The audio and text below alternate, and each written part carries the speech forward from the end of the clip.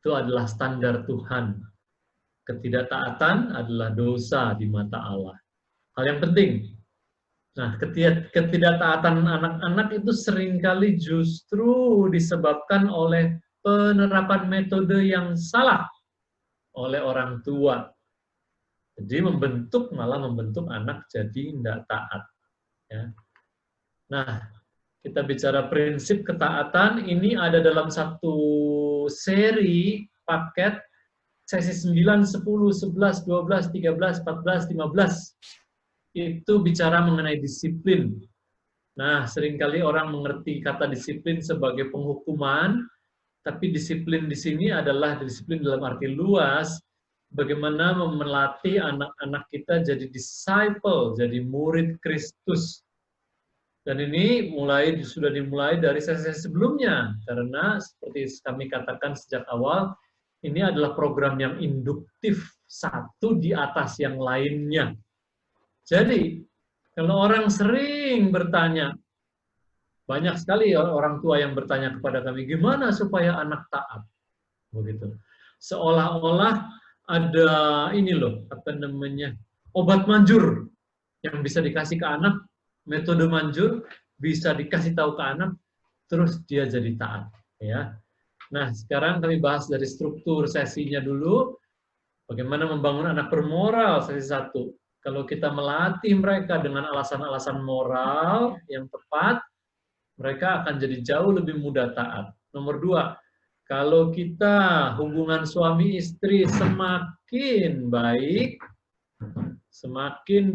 terus, maka itu akan menolong anak-anak untuk lebih taat. Sesi 3, kita bicara mengenai bagaimana menggunakan bahasa kasih. Kalau orang tua semakin fasih dalam menggunakan bahasa kasih, itu akan menyentuh hati anak, mengisi tangki emosinya, membuat anak lebih taat. Yang keempat adalah mandat ayah. Kalau Anda terus menambah melakukan PR-PR itu, enggak cuma 1-2 mandat yang pertama di-PR-kan gitu ya. Terus tambah lagi, apalagi, yang itu akan membuat anak lebih lengket kepada ayah dan satu paket. Jadi lebih mudah taat. Dan sesi 5 kita bicara tentang hati nurani, bagaimana mengisi gudang moral dia. Kalau kita mengisi gudang moral dia dengan baik, ada banyak prinsip di situ, itu akan membuat dia jadi lebih mudah taat. Sesi 6, 7, 8, kita mendidik karakter, menghormati orang tua, menghormati orang yang lebih tua, menghormati sebaya, menghormati alam, itu semuanya. Hormat itu karakternya adalah honor, itu menolong orang atau anak untuk lebih taat juga. Jadi, waktu kita sampai di sesi prinsip ketaatan, sesi 9 ini, sebetulnya kalau kita semakin banyak melakukan PR demi PR, demi PR, demi PR, demi PR dari setiap sesi sebelumnya, maka anak-anak itu akan jadi jauh lebih taat, lebih mudah taat. Jadi, ini nggak terpisah sekali lagi ya, 9 ini. Tapi khusus di sesi 9 ini kita akan bicara tentang bagaimana metode-metodenya untuk melatih anak taat. Maka kita masuk ke halaman 465. Anda silakan buka di buku hijau itu, halaman 465 untuk Anda ikuti tayangan ini dan mengisi garis-garis kosong di buku Anda. Nah, sebelum kita membahas lebih lanjut mengenai ketaatan dan kemudian di sesi-sesi berikutnya akan membahas mengenai konsekuensi, hukuman, dan lain sebagainya, kita akan lebih dulu membahas mengenai disiplin. Karena seringkali orang tua waktu mendengar kata disiplin itu mengasosiasikan langsung dengan hukuman. Ya. Dan makna disiplin sebetulnya bukan hanya hukuman, tapi jauh lebih besar dari itu. Mari kita lihat dulu apa definisi disiplin secara alkitabiah. Ketika Alkitab berbicara mengenai disiplin, ada yang tersirat satu hal, ya, yaitu adalah pelatihan hati atau heart training. Jadi disiplin alkitabiah adalah segala sesuatu yang mengarah ke hati anak. Jadi itu betul-betul menuju kepada perubahan hati dan melatih hati anak-anak untuk menjadikan mereka murid. Ya. Jadi betul-betul satu gambar besar, di mana konsekuensi, hukuman itu hanya satu bagian kecil dari gambar besar mengenai disiplin dan membuat disciple anak-anak kita. Nah, banyak orang tua kita kecenderungannya adalah lebih memperhatikan perilakunya, mengoreksi perilaku. Padahal disiplin ini sesi 9 sampai 15 tadi bicara tentang gimana sih melatih hati mereka untuk lebih taat. Ya, banyak orang tua yang pakai maksudnya nanti didisiplin ya, nah, maksudnya dihukum, padahal itu jauh lebih besar maknanya ya. Nah, apakah yang dimaksud dengan ketaatan? Nah, sesudah kita membahas semua sesi, waktu kita sampai di sini, baru kita betul-betul mau mengajarkan dengan pengertian yang benar ya mengenai bagaimana dan apa yang dimaksud dengan ketaatan. Ya, mandat dalam firman Tuhan di Efesus 6 ayat 1 itu jelas sekali. Taatilah orang tuamu di dalam Tuhan, karena haruslah demikian. Dan juga di Kolose 3 ayat 20 yang mengatakan, taatilah orang tuamu di dalam Tuhan, karena itulah yang indah dalam Tuhan. Ya, jadi di Perjanjian Lama, 10 perintah Allah ada hormatilah, dan kita membahas di sesi 6, 7, 8 mengenai menghormati orang tua. Tetapi dalam Perjanjian Baru lebih jelas lagi bagaimana bentuk hormat anak-anak terutama ya kepada orang tua, yaitu dengan mentaati. Ya, kalau kita mentaati itu satu bentuk hormat yang nantinya akan bertransisi waktu anak itu semakin besar. Oleh sebab itu, sejak anak-anak kecil kita membahas misalnya 2 ayat ini, membaca bersama mereka, memberitahukan Tuhan yang pengen kamu taat sama papi mami. Nanti hari berikutnya waktu lain bahas lagi Kolose 3 ayat 20, memberitahukan itu akan indah. Kehidupan akan indah karena memang firman yang katakan demikian. Nah, poin yang kedua mengenai maksud dari ketaatan adalah ketaatan ini betul-betul mutlak, sangat diperlukan untuk mengatur keluarga yang baik ya. Jadi tanpa ketaatan itu sulit sekali segala sesuatu boleh berlangsung di rumah, terutama kita merasakan saat work from home, learn from home saat ini ya. Kalau anak-anak nggak taat, terus saya capek sekali ya. Jadi kalau Bapak Ibu suka mendengarkan senior pastor, Ask Pastor John, ada seorang ibu yang menanyakan mengenai bagaimana peran seorang ayah begitu ya, dan beliau betul-betul sangat menekankan betapa pentingnya untuk melatih anak-anak untuk taat. Ada begitu banyak orang tua yang kelelahan menjaga anak-anak karena apa? Karena mereka nggak taat dan karena mereka tidak belum sungguh-sungguh untuk fokus untuk betul-betul menginginkan hal ini dan mengajarkan hal ini dan menuntut ketaatan, sehingga beliau katakan bahwa no wonder they are tired, so tired to keep the children from trying to kill themselves. Jadi orang tua itu capek sekali menjaga anak-anaknya karena mereka nggak taat, dikasih tahu itu susah sekali begitu. Atau bahkan di era sekarang ada banyak orang tua muda yang mengatakan bahwa bukan membuat anak-anak yang taat saja sulit, tapi banyak orang tua sekarang yang justru mereka begitu taat kepada anak-anaknya, kebalik gitu ya. Jadi anaknya mau apa, orang tuanya yang taat sama anak-anaknya, taat dalam tanda kutip ya. Jadi ini hal yang sangat penting untuk kita ajarkan. Kalau di dalam rangkaian karakter suka orang tanya ya, karakter ada begitu banyak, yang mana yang duluan untuk anak-anakku? Ada ketaatan adalah salah satu dari karakter yang sangat perlu dan merupakan fondasi, karena tanpa ini itu kita akan sulit untuk mengajarkan hal-hal yang lain. Nah ini foto anak-anak kami ya waktu umur berapa nih? 4, 3, 2. Belum ada yang keempat. Jadi sejak kecil udah tak dikasih tahu kalau makan itu di tempatnya, ya di situ. Mereka harus duduk di tempat masing-masing. Yang masih kecil duduk di high chair pakai ininya, tapi di meja makan yang sama. Jadi makan di tempatnya pada waktunya. Itu menolong anak-anak untuk hal-hal lain jadi lebih mudah taat. Kalau banyak yang membiarkan makan di mana aja, kapan aja, harus dikejar-kejar, itu susah sekali mengatur dalam hal-hal lainnya. Nah, sekarang kita belajar dari Kejadian 22 ayat 2 dan 3 yang tertulis di buku Anda.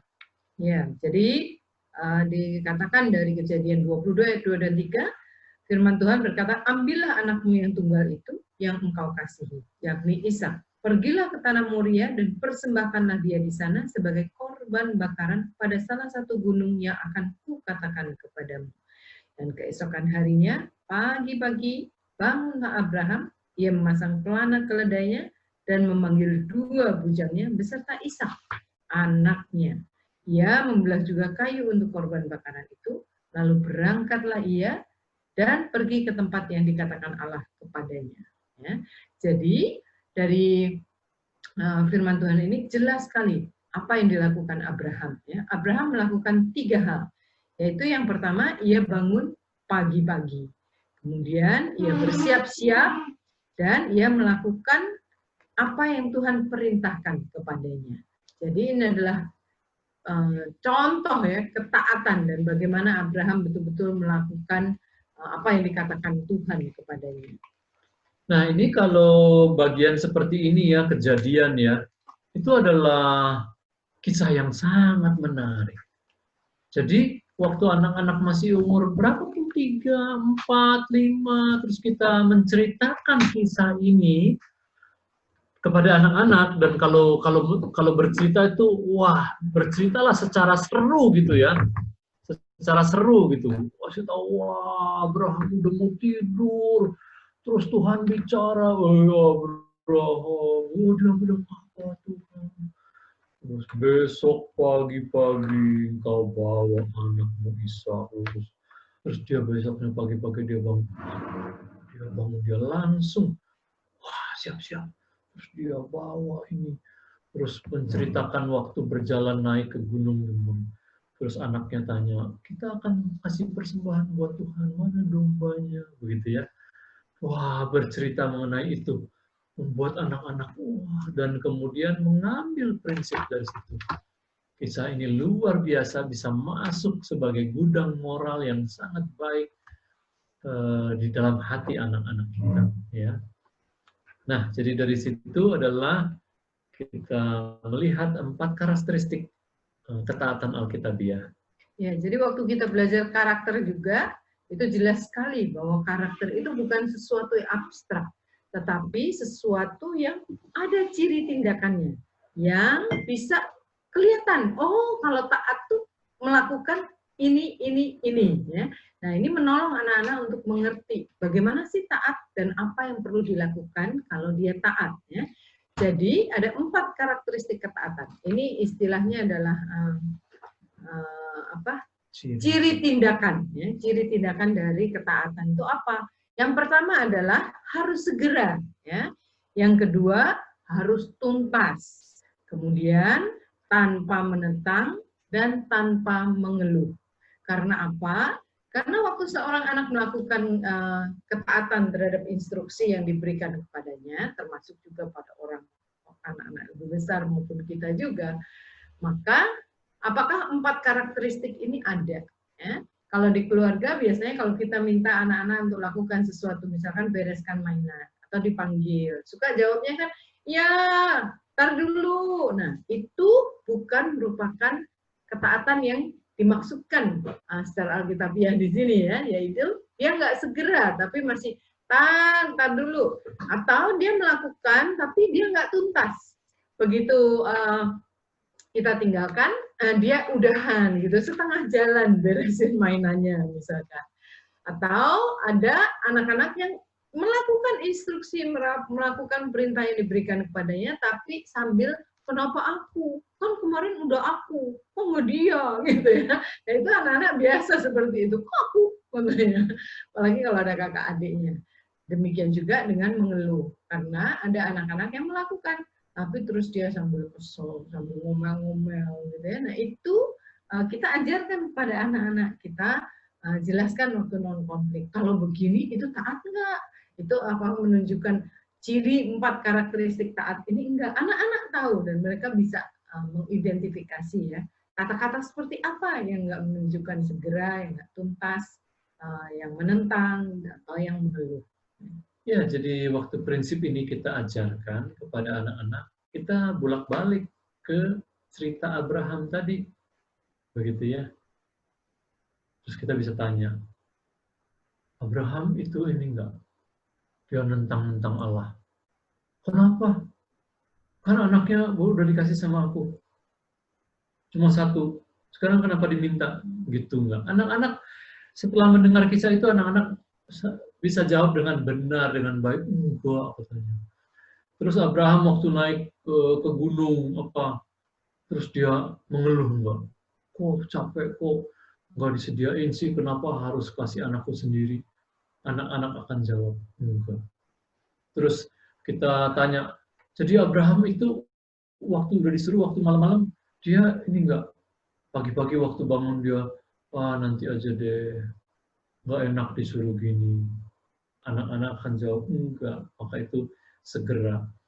Terus yang tuntas itu adalah, Abraham itu melakukannya sampai titik akhir, dia mengangkat pisau itu untuk betul-betul menyembelih Ishak seperti menyembelih domba. Sampai kitab 1 Samuel mencatat itu terus ditahan ya, tahan oleh malaikat. Terus kemudian ada domba di situ dan Abraham berkata, Yehova Jireh, yang artinya Allah menyediakan. Nah, dari situ tuh kita belajar dan mengajari anak-anak kita bahwa Allah menyediakan semua keperluan kita kalau kita taat. Jadi ketaatan yang tuntas, yang segera, yang tanpa menentang, yang tanpa mengeluh, itu membuat Allah menunjukkan bahwa dialah Yehova Jireh itu yang menyediakan apa saja yang kita perlukan. Itu indah sekali. Anak-anak akan terdorong untuk taat. Ya. Nah, jadi sekarang coba kita lihat. Ini dulu deh, kita mau tanya jawab ini dulu. Karena ini penting sekali mengajarkan dari prinsip Alkitab dan sampai karakteristik ini ya. Kita boleh bertanya dulu. Silakan Anda bertanya.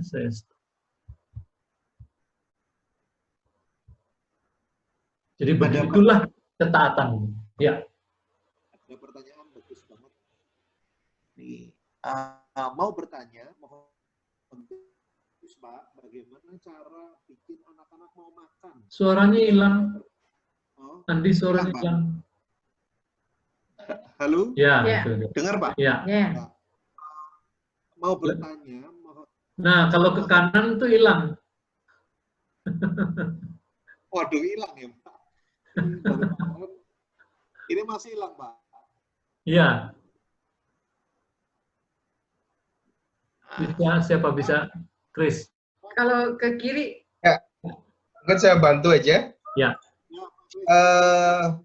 Mau bertanya, Pak, mohon tips bagaimana cara bikin anak mau makan dengan tidak berlama-lama.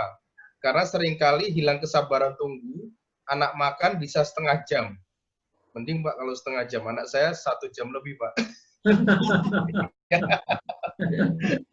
Silakan, Pak, dari Nur Tobing. Ya. Ya. Ya, kalau anak-anak makan ya setengah jam memang ya. Setengah jam. Dan kalau yang lama itu bisa lama memang. Kami punya satu anak yang makannya lama sekali. Nah, jadi ada anak-anak yang memang istilahnya kalau orang Jawa bilang itu kalau bangun tidur, apalagi kalau makan pagi ya bangun tidur itu masih meleng-meleng gitu, katanya ngumpulin roh. Masih bengong-bengong lama sekali. Jadi ada anak-anak yang temperamennya pragmatik, yang alon gitu, atau yang makan memang lama. Nah, kita sebagai orang tua kita bisa memberikan dorongan semangat ya. Memberikan dorongan semangat, saya biasanya betul-betul mengupayakan sebelum jam makan ya, itu nggak ada snack yang membuat dia kenyang. Terutama yang manis-manis, gula-gula itu ya, udah nggak ada. 2 jam, 3 jam sebelum jam makan itu usahakan supaya nggak ada snack yang mengenyangkan. Kedua adalah saya mendorong untuk bisa habis dengan cara dalam tanda kutip mengurangi porsinya. Tapi kita tahu lah, kita ibu, kita tahu nutrisinya cukup atau enggak. Tapi hanya transisi untuk sementara supaya ada goal kecil yang membuat dia tercapai dan kita celebrate gitu ya, kita kasih dorongan semangat. Jadi biasanya porsinya saya kurangi dulu sampai 60% atau 70% gitu ya. Nanti kemudian kita tingkatkan sedikit demi sedikit karena waktu kita kurangi porsinya itu membuat bisa habis gitu ya, nanti ya sampai jarumnya angka 12 habis, itu tolong sekali. Jadi upayakan 1-2 hal, dan yang ketiga saya juga biasanya saya buatkan menu-menu favorit dia, menu yang kita tahu masih nutrisi, sehat, dan berimbang, tapi yang kesukaannya. Atau ada juga ibu-ibu yang hias gitu ya, atau ibu-ibu yang memfasilitasi dengan membuat bersama-sama sambil membuat, ada banyak yang kemakan juga, misalnya buat sushi, anak-anak suka ya, nah sambil membuat mereka melakukan sambil memakan hasil yang dikerjakan itu. Jadi memang waktu anak-anak kita perlu sekali untuk sabar-sabar mendampingi, dan di umur-umur anak paling masih kecil ini betul-betul kalau banyak orang tua yang tanya, apa Bu yang penting untuk anak-anak yang masih umur kecil ya, di bawah 6 tahun, 7, 8 tahun. Saya selalu katakan secara ini ya, semua yang kita ajarkan, semua mendidik mereka betul, tapi untuk tubuh mereka yang paling penting adalah nutrisi. Jadi bukan mainan dibeli ini itu, tapi adalah nutrisi. Karena nggak kekejar. Jadi usahakan untuk ya lebih bersabar mendampingi, dan juga menolong bagaimana dia bisa semakin meningkat untuk bisa makan lebih cepat, dan itu dilakukan dengan hal-hal yang tadi. Iya, juga tadi ada beberapa tips ya. Maka itu perlu sekali jadwal rumah itu perlu sekali. Kalau semuanya sepanjang hari udah ada polanya, anak-anak pun mengikuti. Itu satu. Kedua, jangan terlalu cepat makan, tadi udah dikatakan setengah jam. Karena acara makan bersama itu penting sekali. Satu meja makan dengan orang tua itu adalah satu yang penting sekali, yang perlu dilakukan terus. Di situ juga hubungan dibangun ya. Oleh sebab itu kita menghilangkan koreksian di meja makan itu. Karena kita mau itu jadi satu kesempatan yang baik sekali ya untuk ngobrol dari kecil sampai besar, begitu. Ya, sambung lagi. Ada beberapa pertanyaan saya lihat masuk di chat yang sehubungan dengan ini. Oke, mungkin dari saya pribadi, Pak. Memang kalau anak-anak diberi makanan favorit, dia akan cepat selesai atau cepat habis, ya kan? Tapi apakah itu akan diteruskan dengan makanan favoritnya terus? Sedangkan ada beberapa quote bahwa apa yang sudah disediakan oleh orang tua ya dimakan. Gitu. Contoh seperti sayur, katakanlah, karena sayur sangat penting nutrisinya. Nggak suka, ya dimakan saja gitu kan Pak. Bagaimana untuk quote seperti itu Pak ya? Sedikit agak bertentangan mungkin ya dengan favorit makanan. Iya, quote-nya betul. Kalau tadi yang dikatakan itu strategi aja. Oke. Ya. Untuk jadi cepat makan, tapi nggak selalu. Nggak selalu, hanya untuk rolling pertama nih. Biasanya orang kalau untuk dikasih small goals terus tercapai kan, wah semangat untuk, aku bisa, kemarin aku habis, nah, besok dia akan berupaya lagi. Tapi sesudah jalan normal, maka perlu kita kenalin makanan-makanan yang sehat dan sayur yang harus gitu ya. Dan makanan favorit juga biasanya kita sumput-sumputin lah gitu ya, sayur dengan cara sedemikian rupa, apakah diambil ekstraknya di airnya atau apa. Dan waktu mereka lebih besar di keluarga kami, makanan favorit itu akan keluar paling tidak, karena kami berenam ya, makanan favorit masing-masing kami itu akan muncul seminggu sekali. Jadi semua mendapatkan makanan favoritnya seminggu sekali. Iya. Juga hal lain adalah lupa ngomong apa nih. Gini. Saya udah bikin peraturan yang sudah dijelaskan waktu non-conflict time. Jadi saya bikin peraturan bahwa anak tadi seperti anak harus makan, kalau nggak salah 2 atau 3 dari lauk yang ada, dan salah satunya mesti sayur. Itu udah peraturan. Karena Anak-anak kan suka gitu ya, habis doa makan, terus dia buka mata, terus dia ngomong, habis doa nih, dia ngomong, aku nggak suka. Gitu. Terus kalau begitu, orang tua suka debat. Kamu udah terima kasih sama Tuhan. Ya, tapi aku nggak suka.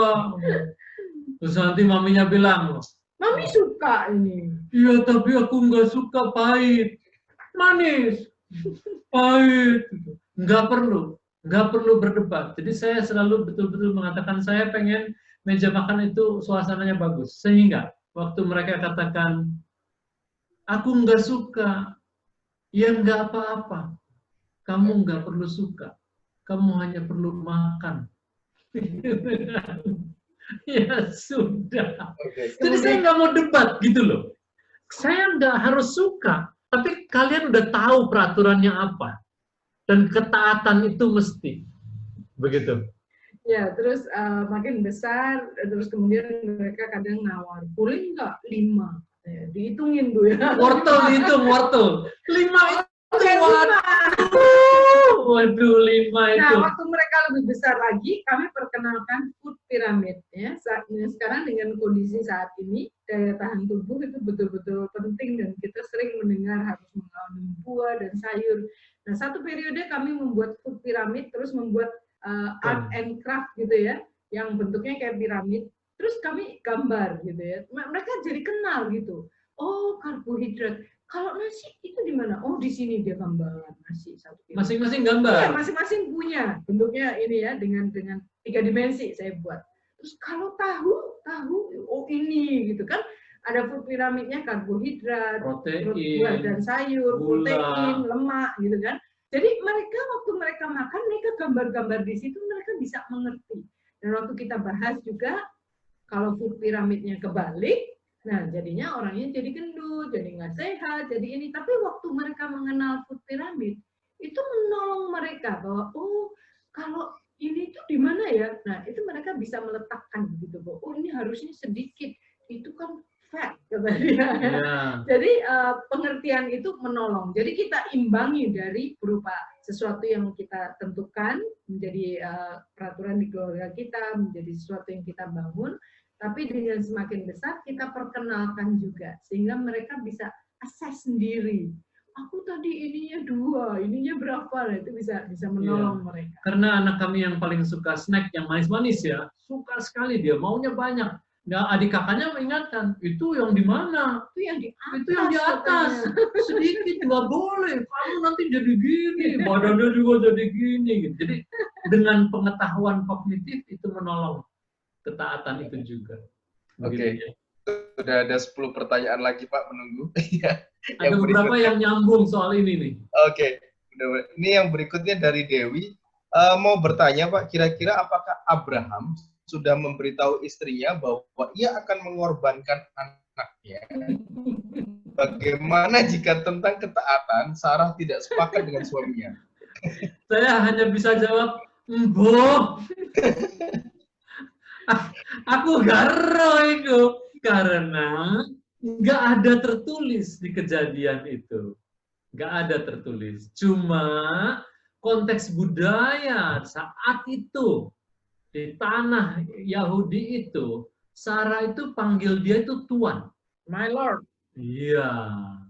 Jadi memang lebih lagi daripada apa namanya budaya Muslim yang di sini lebih. Itu betul-betul letaknya itu begini ya, suami istri, Tuan. Jadi memang nggak dibahas itu di situ. Oke, ya. Mungkin ini yang agak berkaitan dengan yang tadi, bagaimana mengatasi anak yang sering mengeluh itu Pak. Ya, jadi kita berikan apa namanya tadi alasan-alasannya mungkin ya Pak ya. Atau Pak Rizal bisa tambahin lagi. Yang menaruh apa? Mengatasi anak yang sering mengeluh. Mungkin yang berkaitan dengan makan dulu Pak. Oh, ini gini. Ini yang kita bahas di sini bukan mengeluh-mengeluh pada umumnya gitu. Ini mengeluh terhadap instruksi yang diberikan. Instruksi. Terhadap instruksi. Jadi instruksi kalau orang tua. tadi dicontohkan tuh. Tadi contohnya. Oh, aku kan kemarin aku udah. Kenapa aku? Gitu. Atau juga aku nggak suka yang ini, kenapa nggak dia aja? Tugas-tugas kan ada yang disukai, ada yang enggak kan, tugas rumah gitu kan. Nah, kita nggak bolehkan anak-anak untuk mengeluh seperti itu, nggak boleh begitu.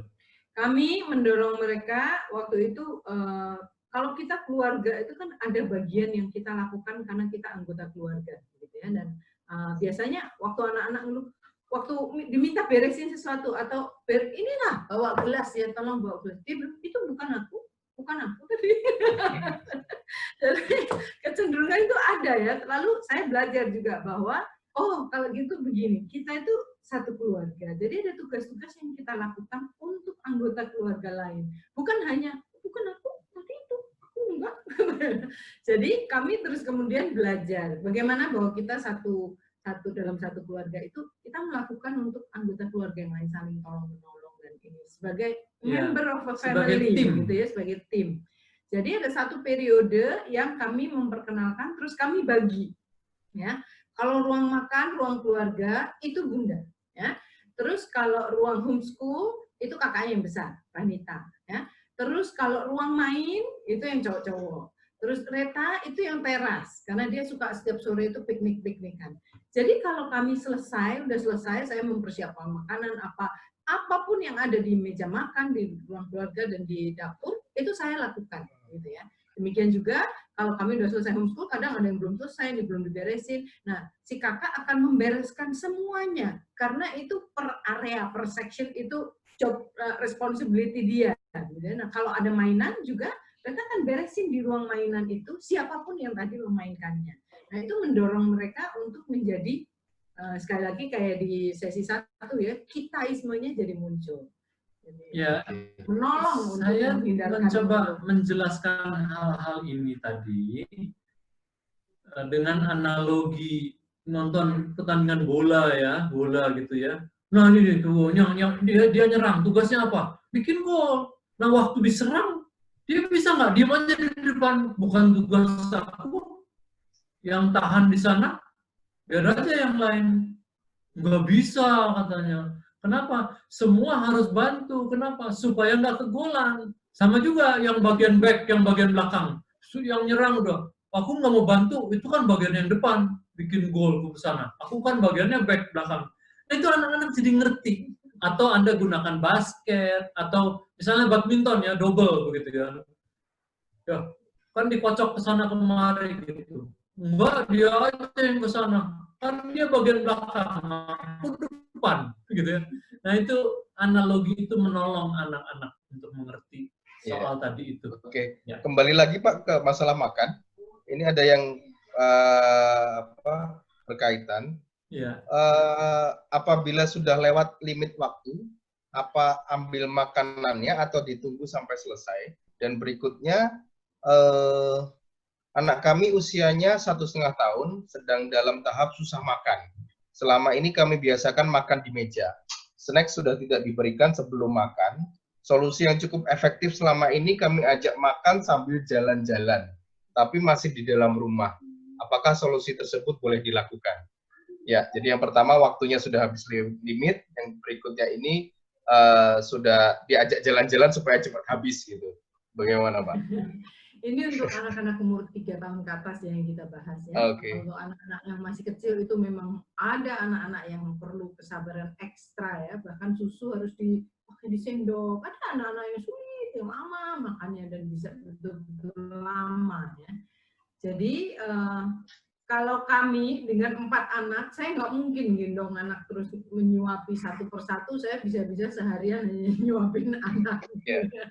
Jadi karena kami dengan keluarga besar, saya betul-betul menempatkan anak-anak waktu masih kecil itu yang agak besar betul-betul udah makan sendiri, tetapi yang kecil itu di sebelah saya.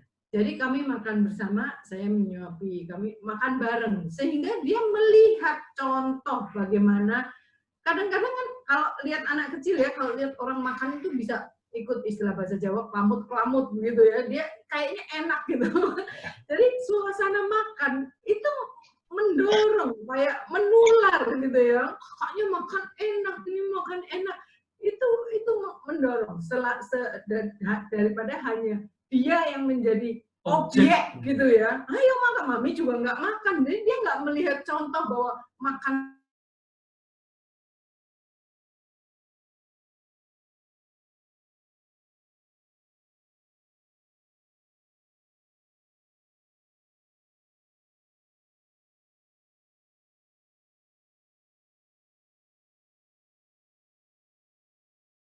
ya. Jadi suasana makan ada yang ini nggak mau coba, itu nggak mau coba. Karena kamu belum tahu. Dan mereka bisa saling mendorong. Dan kemudian dia bisa berani mencoba, terus kemudian meningkatkan kecepatan makan dan lain sebagainya. Itu betul-betul dengan makan bersama tercapai. Contohnya ya, seperti kita lah, kalau kita snack banyak di rumah, sampai kapan-kapan sebentar habis. Makan tuh memang lebih enak dimakan bersama-sama. Bikin itu jadi menarik. Iya. Dan tadi pertanyaan, kalau udah lebih dari waktunya bagaimana? Ya. Ini kan bukan harus bagaimana ya. Dan untuk anak-anak yang tipe makannya lama, anak-anak pragmatis, ya kita agak tunggu. Tapi nanti dalam seminggu, sebulan kita bisa bikin dia dengan tantangan-tantangan, dengan hadiah-hadiah. Kalau bisa 4 kali tepat makannya, nanti kita apa begitu. Nah itu tantangan-tantangan seperti gitu ya. Nah kemudian yang anak untuk dipakai jalan-jalan, saya orang konservatif, begitu ya. Makan gitu. Bapak nih ada tempatnya nih, pompa bensin di sini, rumah-rumah. Ini kamar mandi di sini. Dia ada konsep bahwa semua itu ada tempatnya. Anaknya lari, pertanyaannya lain, lari-lari, tapi lari-lari di depan rumah. Terus saya bilang bikinin tanda kutip sirkuit. Lari itu di sini. Kasih lihat film YouTube apa, orang. Sehingga dia dapat gambaran, oh, kita kasih lihat di sini, no, gitu ya. Kita tarik anak, kalau makan, ini meja makan.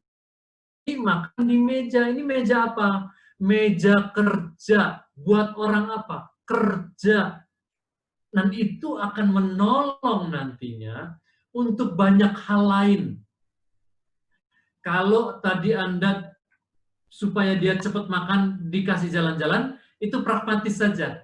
Menolong soal makan saja, saat itu saja. Secara jangka panjang dan hal luas nanti nggak dapat yang lain-lainnya.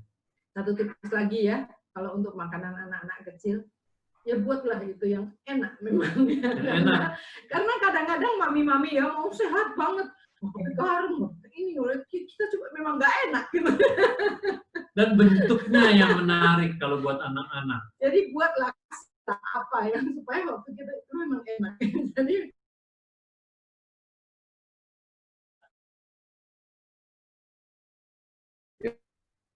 tentang makan di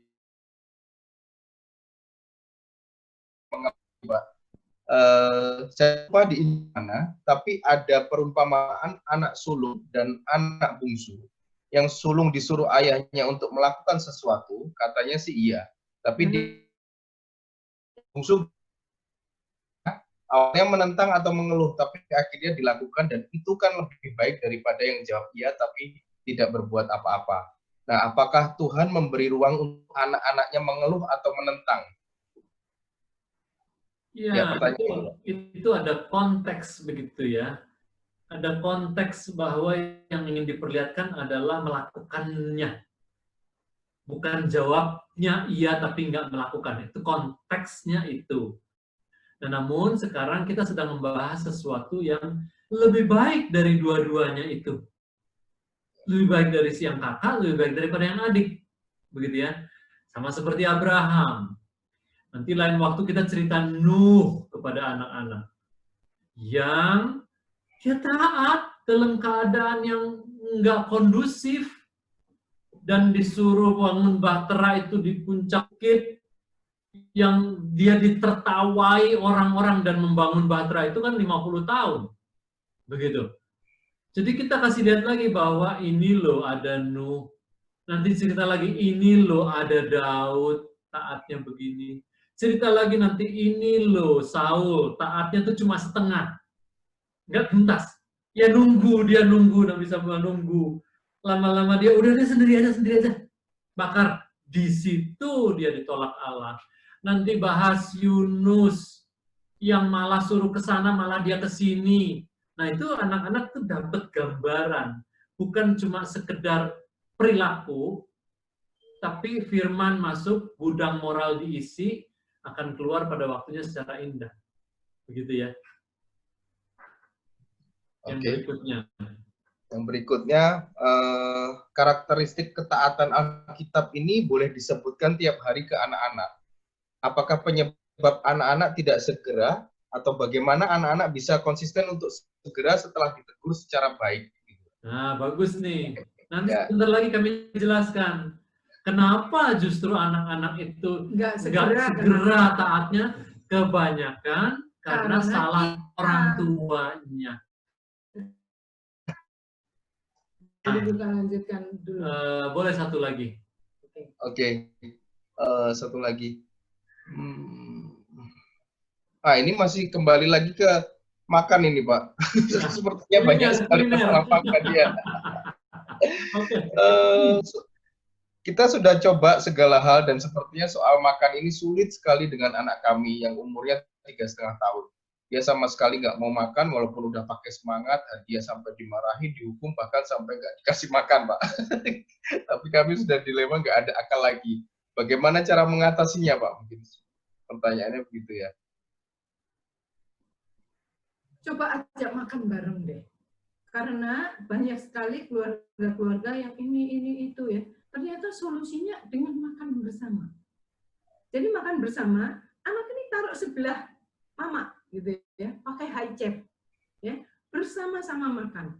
Itu makanan yang baru disajikan itu mengundang selera. Mengundang selera banget ya. Terus lihat kita makan itu kadang nama anak-anak ya, apalagi umur 3 kan, seringkali yang saya katakan di sesi-sesi sebelumnya, kalau kakaknya pegang ini, dia pengen ini. Nanti dilihat-lihat orang, itu dia ingin yang orang itu makan. Copy paste-nya. Copy paste-nya itu dapat. Jadi seringkali kita, coba-coba. Kita hanya coba aja, karena anak umur segini dia nggak bisa mengungkapkan juga dengan lebih jelas, dengan ini. Tapi usahakan, seperti tadi prinsipnya, makan bersama, makanannya yang berasa enak, terus kemudian jangan kasih snack sebelumnya atau susu yang terlalu banyak. Jadi waktu makan memang dia sudah waktunya lapar gitu ya. Jadi 3 jam yang nggak snacking, nggak ini, nggak itu, sehingga waktu makan tuh betul-betul mereka perlu makan, mereka lagi lapar. Kami betul-betul merasakan makan itu menjadi sesuatu yang makin lama kami makin menikmati karena saya atur jam snack itu. Dan kalau dia nggak habis waktu dia udah agak besar, selesai. Saya puputi meja makan saya itu selalu kosong setiap saat. Kan ada di rumah-rumah yang meja makan tuh banyak toples-toples semua. Jadi kalau udah kayak asrama aja deh. Tapi sekali lagi dengan anak 4, saya harus membuat makan itu bisa nggak terlalu lama. Jadi kami bereskan dan jam makan itu menjadi menyenangkan karena mereka pasti mau makan. Oke, ini ada tambahan di sini adalah bahwa udah makannya nafsu banget, anaknya tetap nggak nafsu gitu kan. Nah ini ada yang mau share pengalaman bagaimana anak muda makan. Ini jadi Cotro. Silakan. Parizal. Jenny Cotro. Pak Rizal. Ya. Ya, sebelumnya mungkin ini Pak Podi dan Bu Jessica yang tadi nanyain mau nanyain langsung karena anaknya ternyata makannya sudah makan bareng terus katanya. Mari, Bro. Ya, makanya sudah. Saya mau kasih kesempatan Pak Jenny Cotro dulu. Mungkin dapat Ya. insight dari sini. Siap, Pak. Nah, Oke, silakan. Jenny Cotro sudah di-unmute. Oh, iya, saya mau ceritakan pengalaman saya. Jadi waktu saya hamil, mertua saya selalu bilang kalau punya anak itu pasti yang pusing kalau soal makan. Jadi saya selalu mencari tahu bagaimana gitu. Terus saya tanya ibu-ibu yang pengalaman, beberapa orang yang menggunakan buku Pak Wit Hari Apriaji ini, praktisi gizi, rata-rata lancar anaknya. Tapi titik kritisnya di sebelum umur 1 tahun. Sebenarnya harus dari awal. Jadi pada saat 8 bulan, jadi jangan memusingkan anaknya soal hasil makannya habis, tapi proses dia menikmati makanannya itu loh harus kita dukung. Yang penting intinya di bawah 1 tahun, kita tuh biasanya orang tua kan fokusnya makannya harus habis segala macam. Kita jangan, kita fokusnya tuh dia menikmati makannya, hasilnya nanti. Enjoy dulu dari situ. Terus saya tanpa menggunakan garam dan gula. Nah, semenjak anaknya umur 1 tahun lebih susah makan, saya baru menambahkan garam sedikit. Nafsu lagi dia. Jadi ada tahapan-tahapannya. Yang penting kitanya jangan terlalu memusingkan hasil makanannya habis, karena kan perut lapar dia kan beda dengan kita. Jadi kita dukung dia cara makan yang baik benar dulu.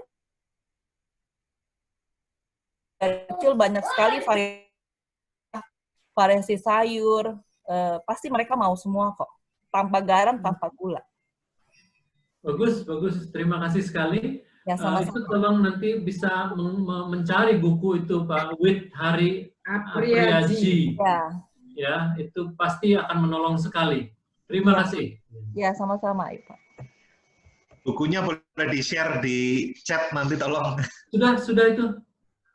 Oh iya, Pak. Sudah ada di situ. Mungkin sudah terjawab, Bro Podi dan Jessica. Ya.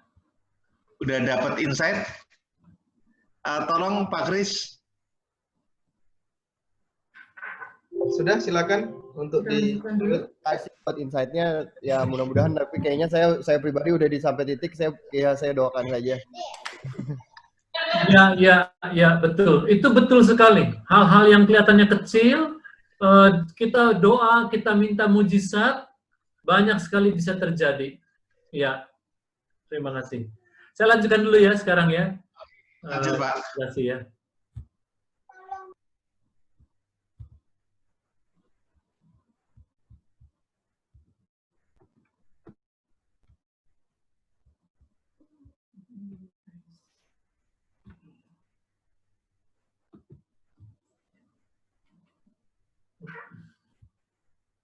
Jadi kita sudah belajar mengenai 4 karakteristik ini.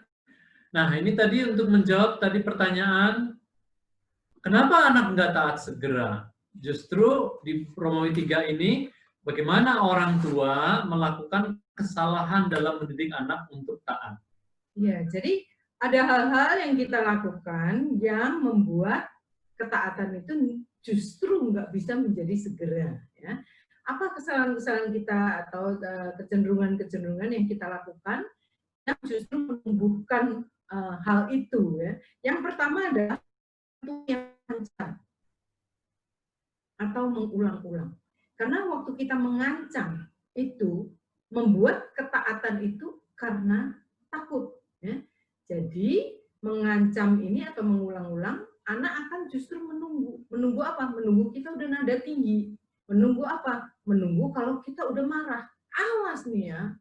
Nah, kalau kita melakukan hal ini, maka anak justru menunggu waktu kita udah emosi gitu ya, udah nada tinggi banget gitu. Iya, juga adalah karena lebih sering lagi orang tua mengancam tanpa melakukan ancamannya.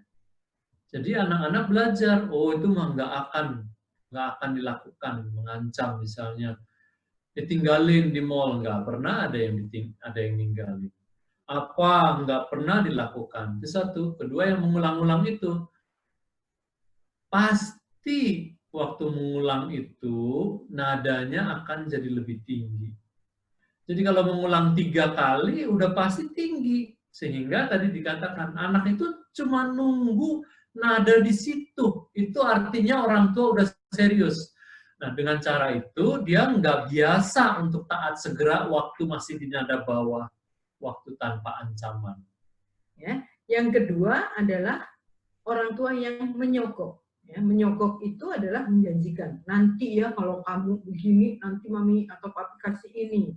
Nah itu membuat ketaatan itu menjadi kalau ada sesuatu, ada hadiah, ada manfaat untuk dia, baru dia akan lakukan. Kalau dia diminta lakukan, nanti hadiahnya apa mami? Nanti kalau aku ini, mami kasih apa? Gitu ya. Nah ini kecenderungan kita yang kita pengen hasilnya cepat, lalu kita menjanjikan sesuatu. Nah, ada 2 ayat di situ yang kami nggak pakai, karena sebetulnya itu konteksnya bukan di situ. Jadi ini menyogok hal sederhana saja itu menyogok ya, bahwa kita mau ngiming-ngimingi supaya dia melakukan apa yang kita instruksikan. Ya. Yang ketiga adalah orang tua yang bernegosiasi pada saat konflik. Ya.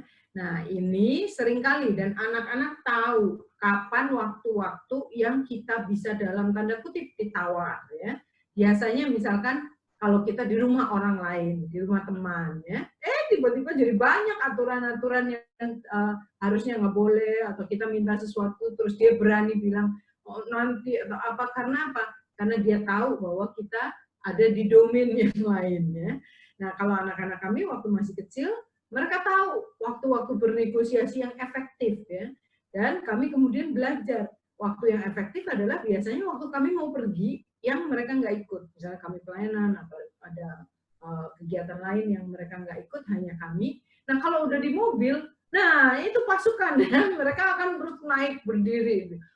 Boleh nggak ini? Terus kami bilang sesuatu, nanti kamu ini ya, ini ya. Dan mereka mulai bernegosiasi karena mereka tahu kami lagi buru-buru, kepepet. Ya. Jadi seringkali kecenderungannya, yaudah, oke, begitu. Nah jadi kemudian kami belajar, kayaknya setiap kita mau pergi selalu ada yang gendolin di mobil untuk tawar-menawar instruksi yang kami berikan, gitu ya, yang sudah diberikan, terus kemudian mereka negonya waktu kami mau pergi. Jadi kemudian saat non konflik kami katakan kalau ayah bunda udah mau pergi ya nggak boleh ada yang tanya-tanya ini boleh nggak, itu boleh nggak, karena ini. Jadi itu kami menghilangkan waktu kepepet untuk sehingga kita terpojok waktu negosiasi, sehingga kita kecenderung untuk ya udah deh gitu.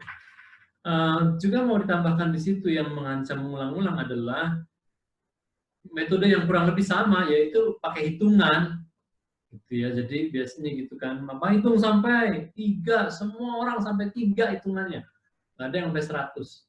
Tapi waktu menghitung itu hampir selalu 1, 2, anaknya belum bergerak, terus jadi yang tegang kan orang tuanya, jadi karena tegangnya terus jadi 2/4, udah mau hampir loh, 2,5, terus dan anak-anak cuma tunggu 3 berarti serius, gitu aja.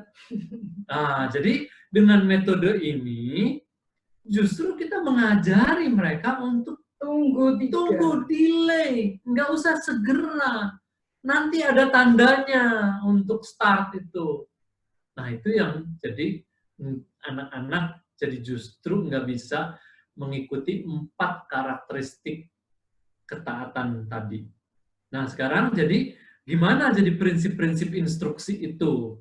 Bagaimana kita kalau kasih instruksi? Kita harus belajar bagaimana yang benernya. Ini kan yang salahnya. Ya. Yang benernya ya di halaman 467 Bapak Ibu, kita akan belajar prinsip-prinsip instruksi.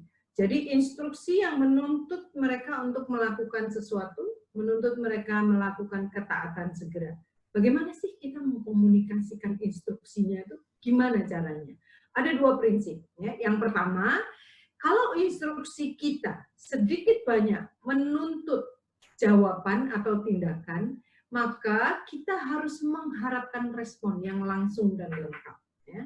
Jadi, minta dia merespon, dan seringkali saya kemudian mengulang dengan pertanyaan untuk ngecek dia ngerti nggak instruksi kita. Ya. Jadi ini harus dilatih. Tuh, minta ya, terus responnya bagaimana ya? Ya. Kemudian yang prinsip yang kedua adalah waktu kita memberi instruksi, orang tua kita harus mengatakan apa yang mereka maksudkan dan serius dengan apa yang mereka katakan. Jadi kita, istilah populernya yang pendeknya adalah say what you mean and mean what you say. Jadi betul-betul kita maksudin waktu kita ngomong. Karena ada kadang-kadang kita menyuruh sesuatu tapi kita nggak maksud. Beresin ya mainannya, nah, mereka nggak bergerak juga, kita juga nggak apa-apa juga. Jadi kalau kita nggak memaksudkan atau mandi terus anak-anak nggak ini, oh ya, gitu, terus mereka nggak bergerak juga, kita juga nggak lakukan apa-apa. Jadi prinsip ini yang penting sekali kita pahami. Waktu betul-betul kita nggak punya energi untuk bertindak, untuk melakukan seperti apa yang kita maksudkan anak-anak dan menolong mereka, jadi ya udah mendingan nggak usah dulu. Ya. Jadi dua prinsip ini akan betul-betul menolong bagaimana menerapkan ketaatan segera. Kita menuntut, mengharapkan respon dari anak-anak dan kita mengatakan apa yang betul-betul kita maksudkan. Ya, maksudnya begini, biasanya orang tua kan kita sering menekan apa yang nggak boleh, mengatakan apa yang nggak boleh. Jangan ini ya, jangan itu ya. Nah, seringkali kalau mau berangkat sekolah, yang contoh yang sering ya, jangan nakal-nakal, jangan dorong temen ya, jangan goyang, semuanya jangan. Tetapi tidak mengatakan apa yang harus dilakukan.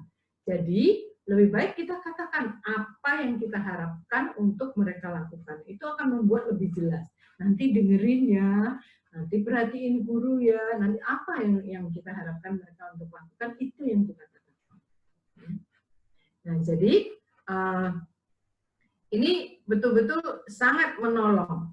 Nah, sesudah kita memahami prinsip ini, kita akan bisa memahami ya, supaya waktu kita memberi instruksi itu betul-betul kita tidak maksudkan, jangan sekali-sekali pokoknya kasih instruksi yang nggak bermaksud untuk dilakukan, yang cuma omdo gitu tadi ya, yang seperti saya contohkan.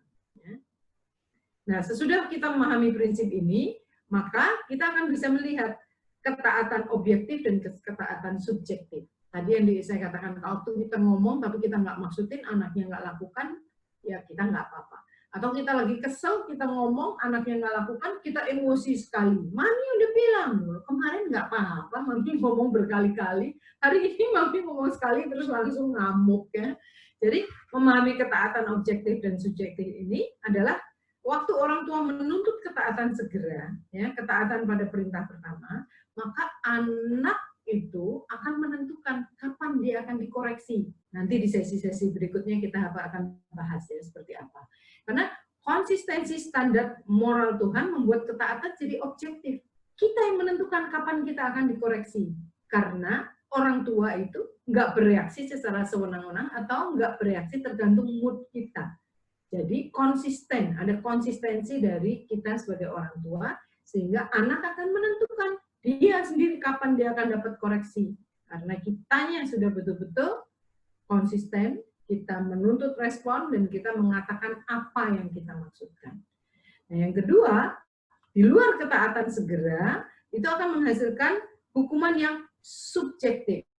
Anak itu akan diatur tergantung oleh kemantapan kita saat itu. Dan itu yang membuat anak terus-menerus berada dalam konflik, bingung, dan rasa nggak aman. Seperti tadi, kemarin nggak apa-apa, hari ini kok nggak boleh, Mami marah sekali. Atau kalau dia menjatuhkan sesuatu, oh ya yang ini nggak apa-apa, terus dia menjatuhkan sesuatu yang nilainya mahal, kita yang emosi sekali. Jadi ketaatan bahwa dia nggak boleh memegang, itu ya di gambarnya, nggak boleh memegang cookies jar itu betul-betul tergantung saat itu kita moodnya seperti apa. Ya.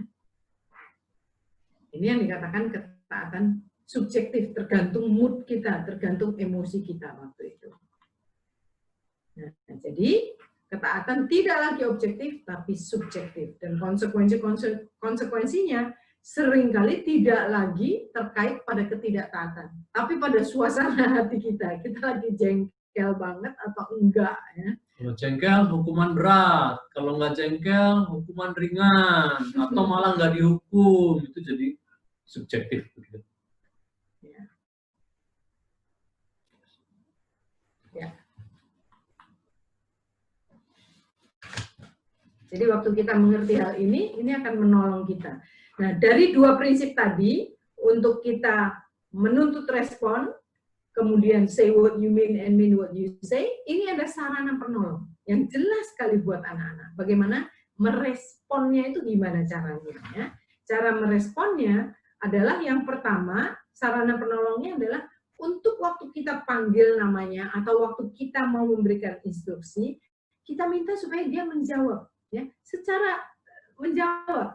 Jawab dengan ini ya verbal. Ya mami atau iya papi. Dan buat mereka datang kepada kita terus lihat matanya ya. Jadi kita role play ya. Main-main ya, sekarang pura-puraan. Kalau nanti kamu dipanggil sama bunda, kamu datang lari, terus bilang, iya bunda, lihat mukanya. Ya. Sekarang main-main lagi, main-main. Nah, role play ini membuat mereka memahami sarana penolong untuk merespon secara verbal dan melihat mata kita, ya, melihat wajah kita. Jadi, hal ini akan mengurangi ada orang tua yang panggil anaknya di lantai atas, maminya di bawah, atau di ruangan yang berbeda. Nah, itu membuat instruksi itu kurang dipahami karena apa? Karena kita nggak face to face dengan anak itu. Nah, role play ini pun sesuatu yang harus kita lakukan dengan teliti, dengan baik, begitu. Jadi buat kami itu anak yang nomor 3 yang sangat sanguin, dia bergerak terus kemana-mana. Jadi waktu saya melatih ini, lihat ayah. Iya, dia bilang, aku udah lihat, begitu. Kelihatan, enggak, saya pegang dagunya. Ray, lihat ayah. Dia masih gerak-gerak gini. Ya nggak apa-apa, tapi dia lihat. Jawab, iya ayah. Iya ayah, iya, aku udah tahu. Iya, harus jawab keluar begitu. Ini menolong sekali. Kalau dia bisa, ini kan seperti militer ya, walaupun kita nggak lakukan seketat itu, tapi ini menolong untuk dapat respons yang langsung dan dia nanti lebih mengerti instruksi kita. Ya, kalau di gaul sekarang kan banyak sekali kata yang ini yang dipakai. Siapa? Siap. Siap itu seperti ya.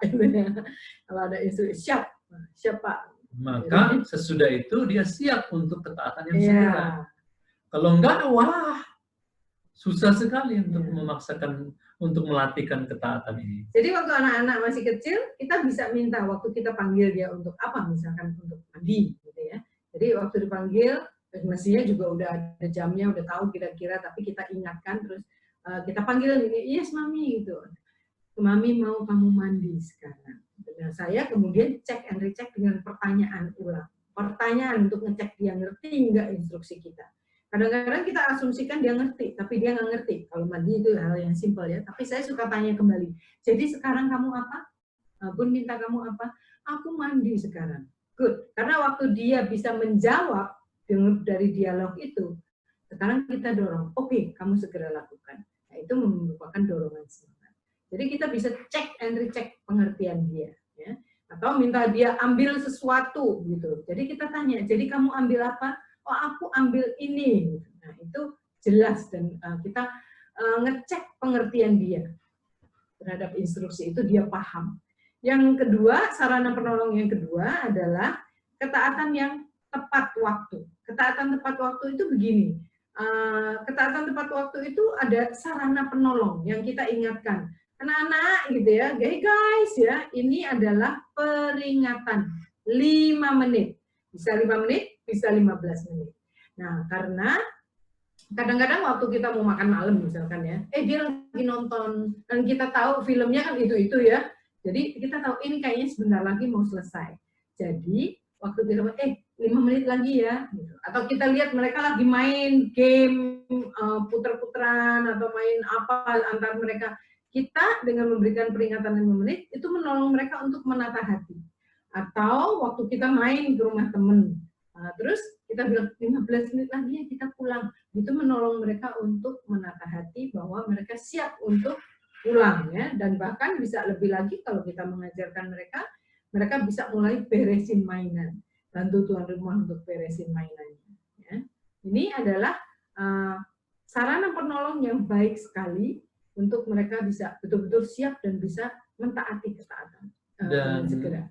Kami sangat ditolong oleh metode ini, apalagi dengan 4 anak dengan umur ya beda 1, 1, 1, 2 begitu ya, menyiapkan mereka secara satu kelompok untuk melakukan sesuatu, itu dengan peringatan ini mereka jadi langsung bisa melakukan, dan itu banyak orang tua di kelas-kelas kami yang melakukan juga, dan orang melihatnya bisa, wah, bisa begitu ya? Bisa.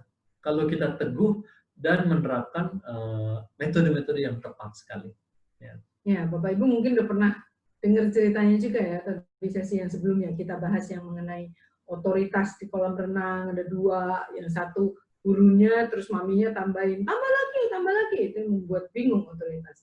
Dan demikian juga dengan ketaatan tepat waktu, seringkali kalau kita pergi berenang sama anak-anak ya, nah waktu mau naiknya itu kan wah susah, bisa uber-uberan keliling kolam renang ya, ayo udah mau pulang, dia lari menjauh. Jadi kalau kita berikan peringatan 15 menit lagi ya, terus lihat angkanya sampai jarum panjang di sini, oh iya, itu mempersiapkan hati mereka. Jadi waktu angkanya di situ, kita bisa kasih sign language, mereka akan mau mentaati dengan segera. Ya. Itu sangat menolong.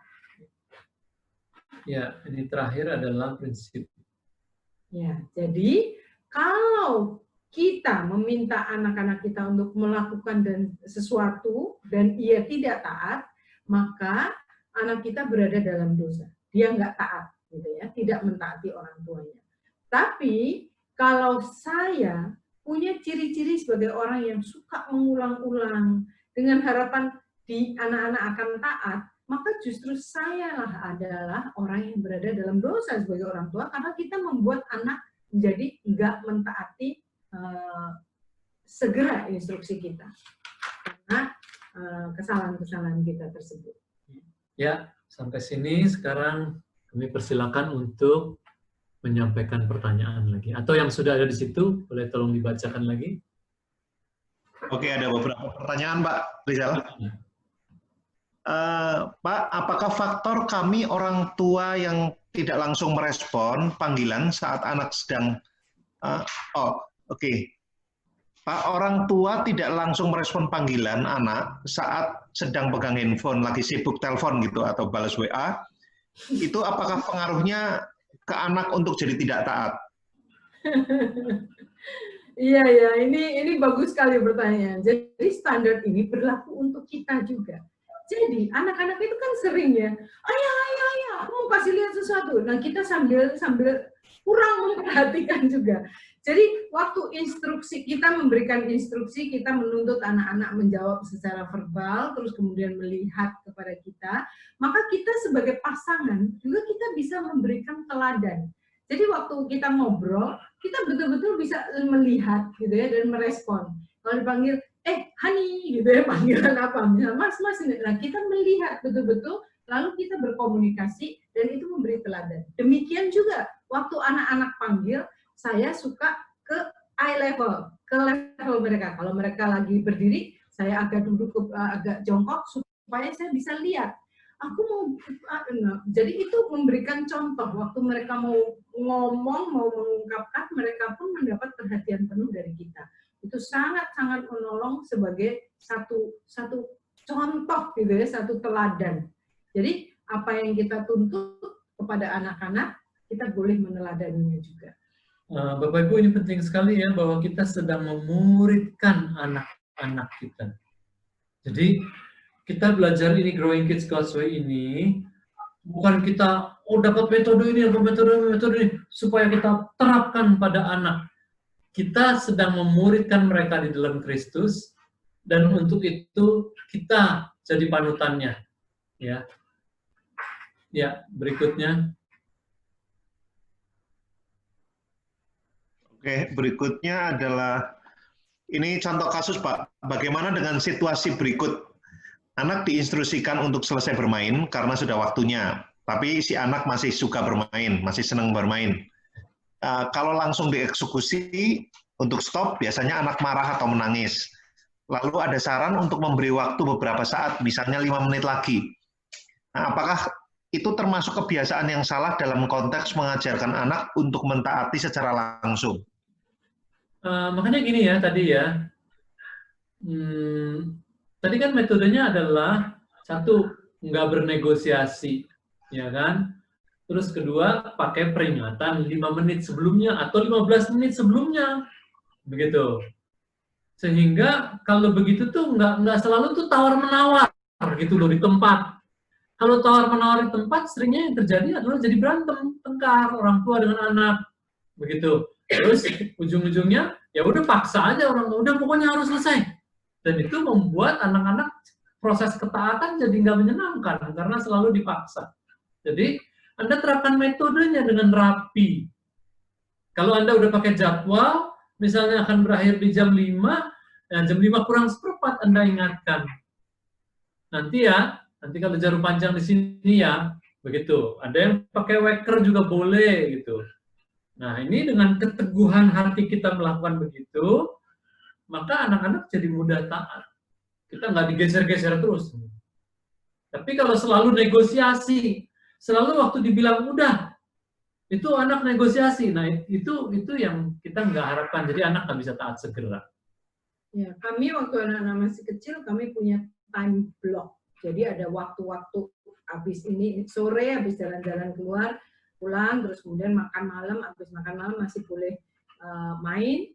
Tapi kami punya jam tutup main, dalam tanda kutip. Ya. Jadi satu hari kami pulang gereja, kami ke mall. Jadi mall belum buka. Mall buka jam 10, kami ke gereja pagi ya. Terus kami tunggu di luar, di lobi ada kursi itu tunggu, belum buka tokonya. Oh belum buka ya? Iya belum buka, karena kakak-kakaknya masih mengurus anaknya di rumah gitu. Oh gitu. Akhirnya kami masuk.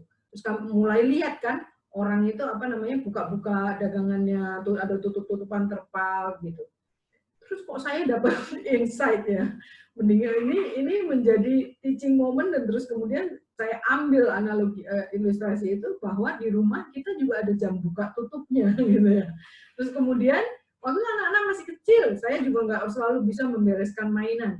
Jadi saya pakai serokan itu terus, serokan buat air kalau di teras hujan gitu kan, yang karet kan, untuk semua mainan di satu ujung gitu ya. Terus saya ambil spray ukuran 2x2 meter, saya tutupin ya. Jadi kami memperkenalkan ada jam buka, ada jam tutup, seperti mall, seperti toko. Nah demikian juga dengan mainan-mainan. Karena mainan itu kalau udah anak 4 terus ada sesuatu yang bilang, ininya di mana Bu, ininya di mana? Wah itu bikin mulai jengkel. Karena kita namanya ibu ya, kita ingin anak bahagia, ketemu yang dia inginkan. Tapi kita juga tahu kita ada kerjaan yang lain, mesti menyiapkan makan malam atau apa. Apalagi kalau mau pergi, mau ke gereja terus dia cari ininya di mana. Aduh, konflik, kita sendiri yang konflik. Jadi kami menerapkan jam buka dan jam tutup. Bangun pagi itu anak-anak nggak akan pegang mainan. Karena apa? Karena masih ketutupan spray. Termasuk sepedanya juga di satu ujung saya tutupin. Kemudian malam hari mereka tahu, oh kalau udah jam 9 ditutup ya. Dan kami ajak mereka untuk menutup bareng-bareng. Spraynya pegang sama-sama, dilempar aja begitu, pokoknya ketutup sebagai satu simbol, udah selesai. Sehingga kita bisa punya waktu bersama, terus nanti ngumpul-ngumpulnya yang gambar, yang apa. Tapi bukan mainan yang toys gitu ya.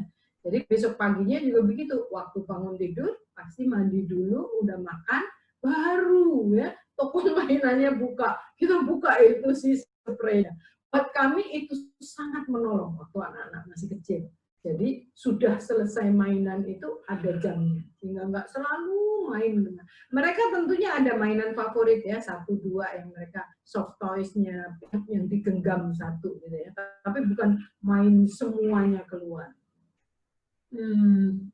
Ya, silakan.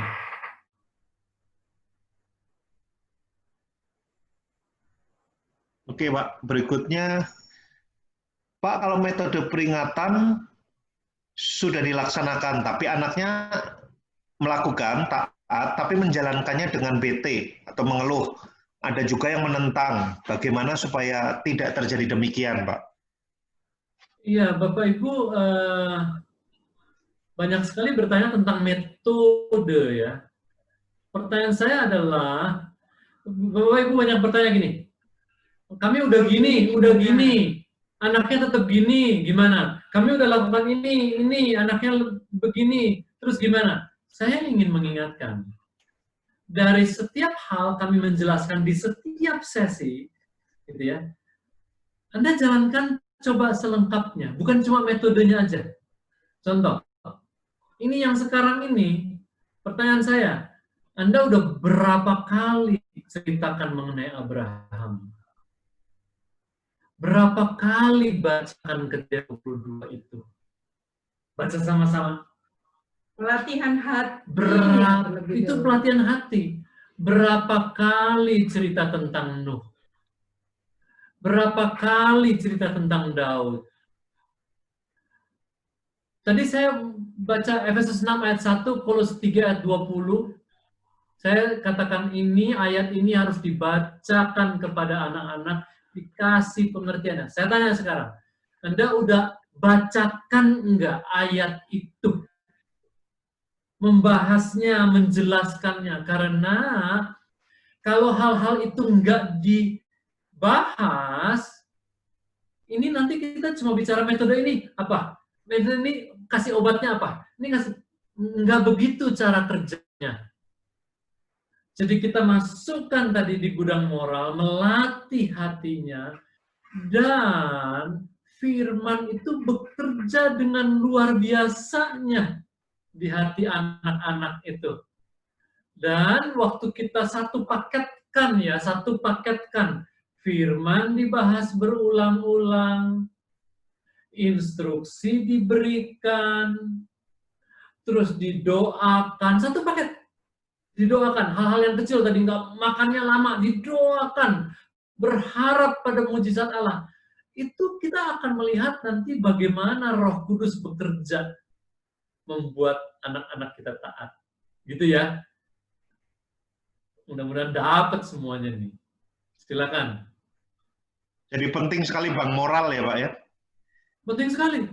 Mengisi hati nuraninya ini. Firman masuk berapa banyak itu penting sekali di situ. Kan menghasilkan anak bermoral ya pertama tuh. Alasan moralnya apa? Etika alkitabiah, etika demi sesama. Maka kalau kita cuma comot metode-metode, kita susah juga. Ya, ketaatan juga begitu ya. Jadi waktu kita cerita Abraham, cerita Nuh, kita nggak menakut-nakutin bahwa oh kalau nggak taat nanti dihukum, kalau taat dapat berkat. Tetapi saya lebih bilang ke anak-anak, pilih jalur yang sulit, ada yang memilih jalur yang mudah gitu untuk ya. Diajar Allah. Kamu mau lewat makan ikan dulu, atau mau segera, atau ini kadang-kadang kita melewati jalan yang berbeda, dan kita bisa bagikan gimana kita melewati jalan-jalan yang kita pikir shortcut, terus kemudian malah jadi ketempuan, terus kemudian konsekuensinya jauh lebih banyak gitu ya. Yeah. Hal simpel lah, misalkan ketaatan terus kita nggak mau ngikutin rambu ini. Kami pernah terus kemudian lewat jalan tikus malah wes mapet mepet kebaret dan semuanya karena kita nggak taat gitu ya. Jadi waktu cerita ini itu adalah nilai. Jadi satu prinsip yang kemudian waktu mereka dikasih instruksi atau ini, ada sesuatu yang bekerja di dalam hati mereka. Dan waktu mereka memilih untuk taat, mereka akan mendapatkan peneguhan di dalam hatinya ya, di hati nurani itu. Ya, jadi kembali lagi saya ingin mengingatkan Anda, nggak bekerja dengan metode, tapi cerita Alkitabnya masuk banyak, ayatnya masuk banyak, begitu. Ya, berikutnya nih. Jangan fokus sama hasilnya saja ya Pak, tapi prosesnya. Iya. Oke. Pertanyaan berikutnya Pak, jika ini ada anak usia 3 tahun Pak, kalau diberi instruksi pertama dipanggil suruh jawab ya, tapi dia malah menggeleng, apakah berarti ini tidak taat? Apakah harus role play sampai bisa? Ya, kalau anak-anak umur 3 ya, kemampuan untuk dia melakukan apa yang kita instruksikan ya masih alasan ini masih terbatas. Kognitifnya, jadi, nalarnya jadi, belum. Kalau anak-anak umur 3, saya sering hanya melakukan dan buat itu sesuatu yang mendorong. Jadi kita nggak usah membahas dia geleng kepala, nggak boleh geleng kepala ya, karena mereka copycat gitu. Jadi waktu kita panggil, kita mau dia jawab ya mami, misalnya kita panggil namanya, ayo Retasya gitu ya, terus kita mau dia panggil ya mami, iya mami, nanti dia copy. iya mami gitu. Karena anak-anak itu suka niru gitu ya, mengulang apa yang dikatakan. Terus kalau dia geleng-geleng, biasanya kita bisa ambil, kita dudukin, terus kita pegang mukanya, lihat muka mami dia, iya mami gitu. Kalau Anda mau dia manggut, Anda manggut, nanti dia ikut-ikut manggut gitu. Jadi anak-anak umur 3 betul-betul seringkali mengcopy ya. Ada ibu yang tanya, kok setiap kali saya bilang dia nggak mau, enggak, oh mungkin dia lagi sering mendengar kata enggak. Jadi otomatis dia mengulang gitu. Nggak boleh. Jadi kalau apa? Enggak. Waktu kita mau anak kita memberikan respon seperti itu, sering-sering kita bilang, iya mami. Waktu dia panggil, mami, dan yes dan ini, itu memberikan contoh. Waktu dia panggil, kita juga jawab dengan iya, gitu ya. Dan ini kan ada pertanyaan juga nih, metode peringatan saya sudah laksanakan, tapi anaknya sih taat, tapi menjalankannya bete, mengeluh, ada yang menentang, gimana supaya tidak terjadi demikian? Balik lagi, masukkan cerita Alkitab, masukkan ayat, doa bersama, terus doain dia, Papa berdoa supaya sebut namanya, supaya Tuhan tolong di hatinya kasih ketaatan. Ulang-ulang doa begitu. Dia akan jadi. Jadi bukan cuma metode begitu ya. Berikutnya apa? Oke, ini ada kasus lagi Pak, anak umur 2,5 dan 4 tahun. Banyak kali kami sering memberikan pengertian ketika mereka harus melakukan sesuatu, misalnya pakai celana lagi setelah ke toilet, merapikan mainan, tidak berebut, tetapi masih cukup sering mereka tidak taat. Nah, saya pernah baca juga, kalau terus-terusan diingatkan, maka justru mereka tidak memiliki nilai-nilai yang kita ajarkan, karena bergantung pada instruksi kita. Akhirnya saya biarkan saja, tapi beneran, nggak pakai celana setelah pipis dari toilet. Dan hal yang lain juga demikian. Jadi bagaimana supaya bisa berimbang? Iya, ini kembali lagi kepada yang baru saja saya jelaskan. Jadi kalau Anda pakai metode ini, jalan ternyata gitu. Pakai metode itu ya ternyata gini. Kan ini kan antara gitu ya, suruh ingatin. Oh, udah deh, nggak usah diingetin. Nggak pakai celana. Jadi gimana nih gitu? Balik lagi yang tadi, udah cerita belum? Udah bahas belum ayat-ayat? Bahas dulu. Pengertian itu mereka punya kapasitas kok. Mereka punya kapasitas untuk menerima dan memasukkan ke hati itu. Sehingga ini bukan seperti main-main nih. Kalau dibilang gini, lakukan. Kalau dibilang nggak lakukan. Bukan. Tapi nilai itu ada di hati mereka. Maka mereka akan lakukan. Kan pernah baca bahwa kalau diulang-ulang jadi betul. Makanya tadi dikatakan jangan ulang-ulang. Justru waktu diulang-ulang, mereka nggak biasa taat segera. Maka waktu nggak diinstruksikan, lo dianggo ikut celana nih, kan gitu ya. Jadi bingung kita ya, gitu kan. Dan ini kan untuk anak-anak masih umur 2,5 tahun. Jadi apa sih waktu kita kasih instruksi, terus mereka nggak lakukan, kita bertindak, kita melakukan. Ini kan namanya masih anak-anak, pakai sendiri juga belum bisa, gitu ya. Jadi kalau kita bilang misalkan pakai, terus dia belum bisa, kita masih segera memakaikan. Jadi kitanya itu bertindak. Waktu anak-anak nggak segera taat, misalkan mainannya udah, terus dia nggak mau, ya kita bantuin bersama-sama. Jadi pendampingannya perlu waktu yang lebih lama lagi untuk anak umur-umur yang masih umur sampai 4-5 tahun. Ya. Saya bayangin ya, 4 tahun suruh pakai celana sendiri, mungkin dia belum bisa. Motoriknya belum bisa. Ya dia keluar ke toilet.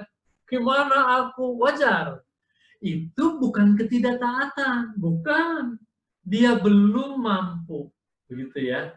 Atau kalau misalkan dia pegang-pegang sesuatu, colokan, terus kita bilang, nggak boleh, terus dia nggak taat, masih datang-datang, ya kita perlu datang dan bertindak. Jadi waktu anak kita nggak taat, kita harus bertindak itu yang dimaksudkan dengan say what you mean and mean what you say.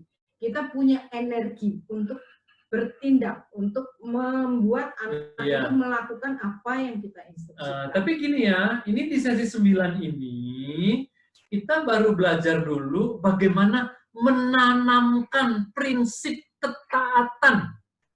Maka nanti PR-nya tanemin dulu. Nanti di sesi-sesi berikutnya, ini kalau anak nggak taat apa? Metode Kalau anak dan banyak, seterusnya. nanti banyak di metode 10, 11, 12 itu banyak.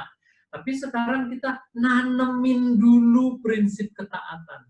Gitu ya. Bagaimananya akan ada di sesi 10 ya, terutama bagaimana mendorong semangat ini dan itu lain nanti. Tapi ini yang mau dikatakan bahwa pengertian mengenai menanamkan ketaatan dan memberikan instruksi yang kita maksudkan itu yang Ya. paling penting, menanamkan di hati mereka, dan waktu mereka nggak taat dengan segera kita bertindak. Iya. Jadi betul-betul ya udah nggak mau. Itu yang dikatakan tadi bahwa waktu kita mau menanamkan ketaatan itu betul-betul perlu fokus, perlu kesungguhan, perlu betul-betul kita niatin untuk membuat hal ini terjadi gitu ya. Jadi kalau kita ya udah deh gitu ya, lebih lagi nggak akan terjadi, sehingga nanti waktu anak-anak lebih besar lagi kita akan lebih capek lagi. Karena apa? Karena mereka nggak terbiasa. Karena apa? Udah lelah untuk mengajarkan hal ini. Jadi waktu kita akan jauh Lebih susah. lebih sulit, lebih melelahkan. Dan saya ingin menekankan kata menanamkan. Itu sama seperti orang nanam tanaman loh. Tanamnya cukup dalam enggak? Cukup kita airin enggak? Kita tanam betul-betul, kita rawat. Kita nggak bisa bilang, tumbuh. Sekarang harus tumbuh, tapi kita belum nanam.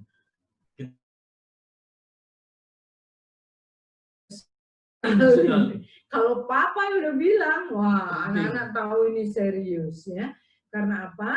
Karena betul-betul kalau ayah ya menolong ibu untuk menertibkan dan membuat anak-anak taat, itu akan sangat-sangat lebih ngefek daripada hanya mami yang bilang untuk satu instruksi tertentu. Contoh ya, kalau istri udah instruksi, terus anaknya masih tunggu apa, terus suami cuma baca koran atau lihat gadget, suami tahu di ruangan yang sama, anak dapat kesan, nggak penting ini instruksi mami. Tapi kalau kita sekali kita dengar anak kita nggak taat ibunya, kita panggil. Mami bilang apa? Ayah dengar. Bunda bilang apa tadi? Kamu lakukan sekarang. Mengerti? Kamu harus taat pada bunda. Oh, itu kita jadi kuat berdua. Begitu ya. Nah, ada pertanyaan satu di sini saya lihat sekelebat adalah, dari tadi contoh-contoh mengenai anak yang masih kecil. Betul. Ini adalah growing kids. God's way. Bagaimana untuk anak-anak yang udah remaja? Prinsipnya sama. Prinsipnya. Metodenya berbeda. Nah, itu nanti mesti ikut ini. Kursus yang berikutnya. Middle years itu Agustus nanti ke sana begitu ya. Tapi prinsipnya sama. Kita nanam nggak di hati anak-anak remaja kita. Kalau kita nggak tanam, kita nggak bisa langsung panen, nggak bisa minta dia taat gitu. Karena kita belum cukup nanam dengan cerita-cerita tadi, dengan analogi-analogi tadi, prinsip-prinsip tadi, dan semuanya. Berikutnya. Iya. Tapi menarik Pak, menanggapi yang dari Pak Rizal sama Bu Rina, saling support itu ya Pak ya. Ya karena banyak kan yang di rumah banyak yang terjadi, maminya ngomong apa, papinya diem, Pak. Jadi memang, iya. Terima kasih, Pak. Contoh nih kejadiannya. Contoh. Papinya bilang sesuatu, terus anaknya main-main, terus anak bilang, mami, papinya ngomong instruksi. Terus anaknya ngomong sama maminya gitu. Loh, maminya nggak ngomong apa-apa. Jangan jawab. Papi ngomong apa? Kamu dengar? Kayak gitu. Iya, betul sekali. Penting. Oke Pak, ada 2 pertanyaan lagi. Bagaimana kalau sudah terlanjur pernah mengancam atau mengulang-ulang, apa yang perlu dilakukan bila anak tidak taat dengan segera? Contohnya bila anak sudah waktunya mandi dan tidak mau sudah mandi, anak sudah konsekuensinya. Gandeng. Gandeng, langsung. ayo mandi, dampingi. Ya. Anak-anak udah agak besar pun saya masih suka namanya apa ya, dari periodik, dari waktu ke waktu kita bantuin, terutama yang keramas, yang ini gitu ya, untuk ngecek supaya benar-benar bersih. Tentunya nggak setiap hari ya, jadi ada waktu-waktu yang kita kembali menekankan untuk mereka mandinya nggak asal-asalan gitu. Jadi dampingi, gandeng, ajak, bawa ke kamar mandi. Nanti ini bisa banyak pertanyaannya kan di hal-hal lain juga gitu kan. Nah, yang penting sekarang gini, kita udah langsung ubah, jangan ulang-ulang. Itu aja dulu. Jangan ulang-ulang, jangan ngitung, jangan ngancem, jangan apa begitu. Nanti di sesi 11 kita akan belajar. Jadi kalau anaknya nggak ngikutin gimana? Itu sesi 11. Tapi kitanya dulu untuk menanamkan prinsip ketaatan, jangan ngulang-ngulang. Jangan ngancem. Jangan negosiasi. Jangan ini. Gimana nanti kalau tetap gitu? Kitanya kan berubah dulu ya, kita berubah. Jadi waktu Anda habis belajar sesi 9, bilang sama anak-anak, Papi Mami baru belajar, Papi Mami salah. Jadi kalau sekarang kalau nyuruh hanya 1 kali. Berapa? 1 kali. Terus cerita Abraham, cerita Nuh, cerita Daud, dan sebagainya. Waktu mereka nggak melakukan, Anda dampingi, bertindak, Ya. gandeng, ajak bareng. Tadi saya lihat sekelebat ada pertanyaan, itu kok bisa ya Abraham, Nuh, Daud, itu kok taat begitu ya? Itu diajarinnya gimana? Nggak ada di Alkitabnya, nggak dicerita. Itu ya. Tapi kita bisa juga cerita bagaimana Daud nggak taat. Waktu Daud nggak taat sama Tuhan, hal-hal yang mengerikan terjadi dalam hidupnya. Itu akan jadi sesuatu di dalam diri anak. Tanpa menakut-nakuti ya.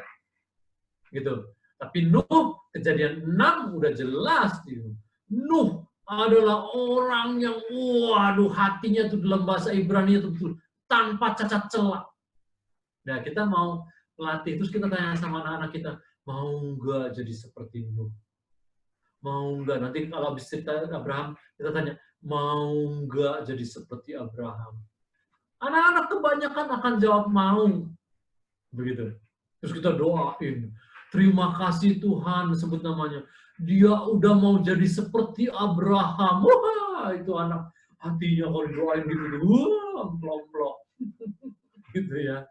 Oke, pertanyaan berikutnya. Pertanyaannya mirip-mirip deh, Pak.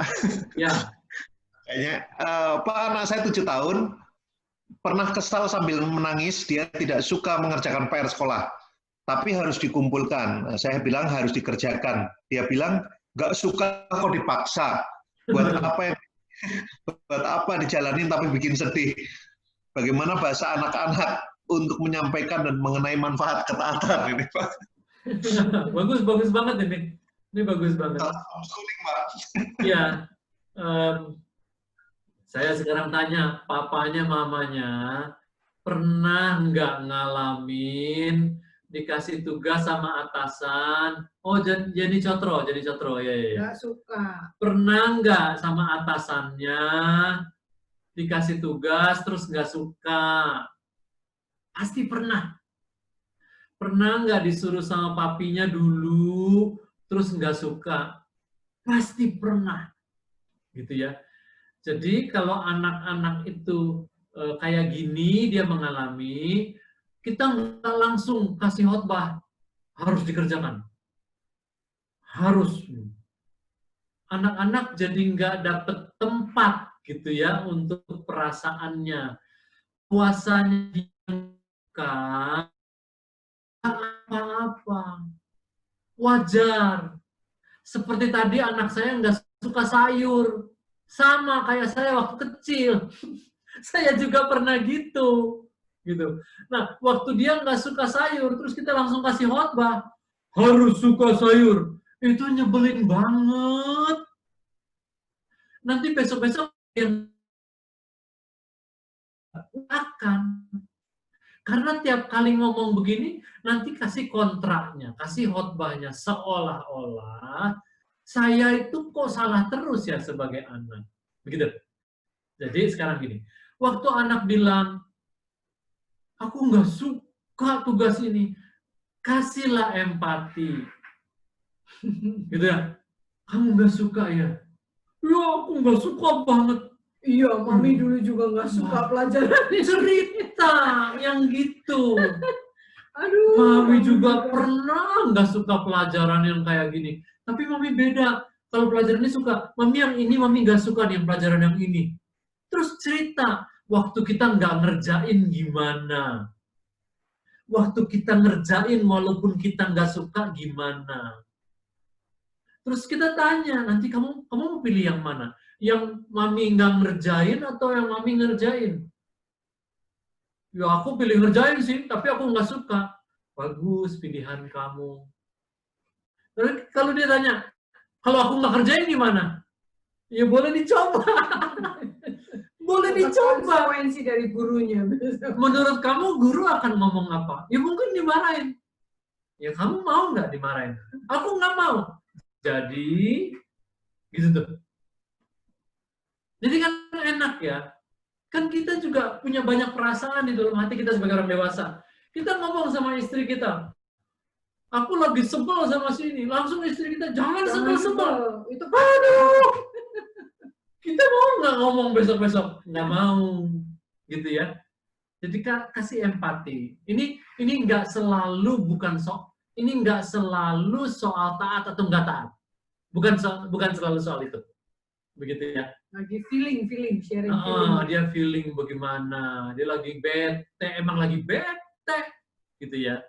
Oke.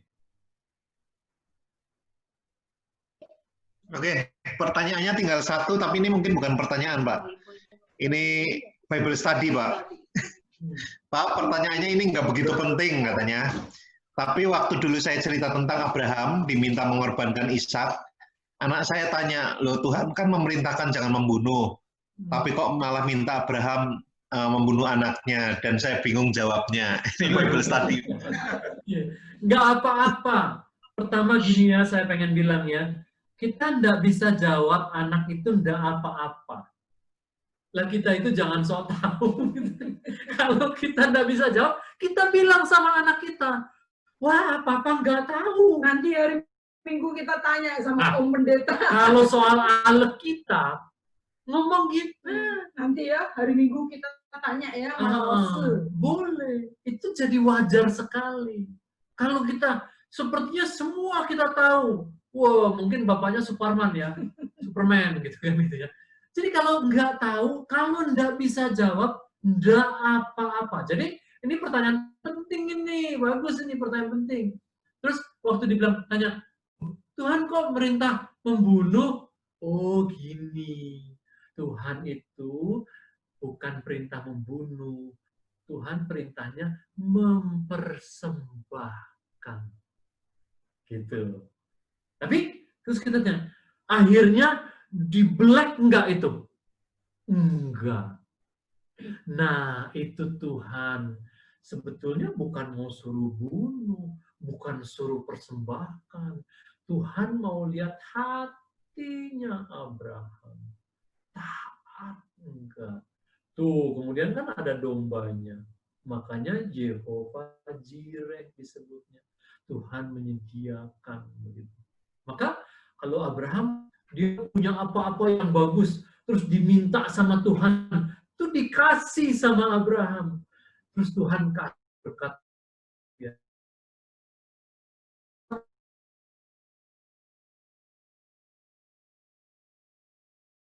Abraham gitu nggak? Iya, ini anak aku tapi ini anak Tuhan. Diminta ya boleh. Terus Tuhan ganti. Indah. Indah sekali. Begitu ya. Untungnya happy ending lagi cerita ini ya. Semua yang ku punya, kau punya Tuhan. Nah, itu lagu itu. Ya. Tapi itu apa nih? Yang terakhir tuh. Tapi itu memang inti ketaatan di combine sempurna dengan kepercayaan kepada si pemberi instruksi. Betul. Saya pernah jawab ke anak saya, sama Abraham waktu itu juga pasti bingung, nah, namun karena dia percaya kepada Allah dan kebaikannya, maka dia taat. Betul sekali. Betul sekali. Bagus, bagus. Nah, jadi Bapak Ibu, saya lanjutkan 2 slide lagi ya. Terima kasih ya. Ada 2 slide terakhir.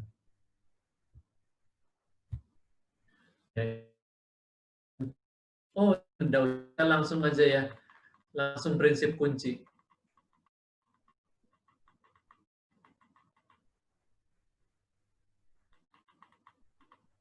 Oh, sorry, dibuka aja. Prinsip kuncinya di sebelah mana ya? Ya, prinsip kuncinya yaitu kalau mengharuskan seorang anak untuk taat segera, tidak terlalu menjadi masalah bagi anak dibandingkan bagi kita orang tua. Untuk standar serupa ini, orang tua yang diharuskan untuk bersikap konsisten.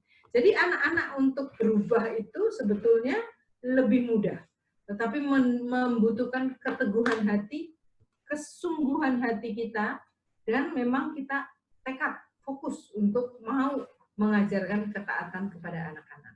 Jadi itu adalah prinsip kuncinya. PR-nya ada di halaman 196. Ya, PR 1. Memberontak terhadap otoritas merupakan hal yang sering terjadi di sekitar kita. Persiapkan 2 contoh pemberontakan yang dengan jelas Anda saksikan selama minggu ini di tempat kerja, atau ketika belanja, atau mengendarai mobil di jalan raya. Jadi kasih lihat ya, 2 contoh pemberontakan terhadap otoritas, terhadap ketaatan. Ini kasih contohnya. Kedua, buat evaluasi bersama pasangan Anda tentang hubungan Anda dengan orang tua Anda. Apakah Anda menghormati mereka karena kewajiban atau pengabdian? Ini sisi 6. Sorry. Oh, sorry. 9. Ini, maaf. Halaman 254, maaf.